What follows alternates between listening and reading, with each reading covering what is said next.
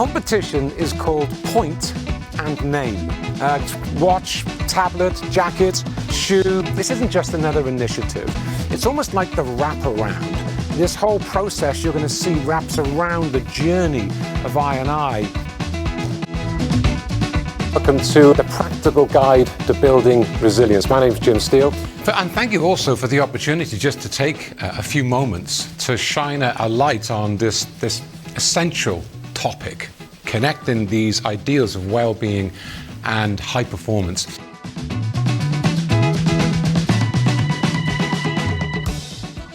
Now, it's a provocative title because most of us aren't sitting there going, I'm superhuman.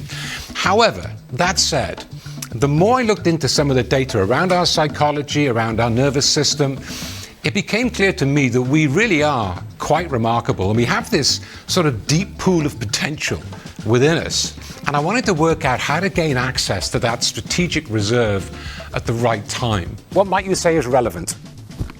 Pop it in the chat box. Let's see what you got. Yeah, you could say it's more difficult for a start.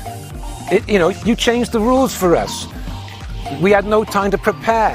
Focus was different, like you're being distracted by where you were and where you're going. It's being timed, it's a confusing exercise. There's a little more pressure if you went second. You're up against a higher number, and it was more difficult for you. In fact, you could say, how can you even compare the numbers? You changed the rules for us. You made it more difficult. So typically, who would people want to blame for the drop in performance? You haven't got to type that in. The answer's me. I get that.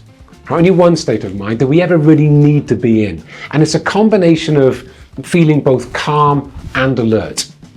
Easier said than done, right? So how? How do you stay both calm and alert in some situations that are just driving us nuts? Well, let's go back to Dr. Huberman. He reckons there's two types of strategies or tools for dealing with stress. The first type are those that push the stress level down before it really kicks in. It may have affected their performance, process it, and then move on. Point being, it's difficult to be in a negative mindset when learning is the worst case scenario. Back in our world, although we're totally aware of the fact that we didn't get the win that we wanted, we didn't hit our target or achieve the desired result. If the word lose is removed from the equation and replaced by learn, our brain doesn't get the signal to release cortisol, the stress hormone, no negativity.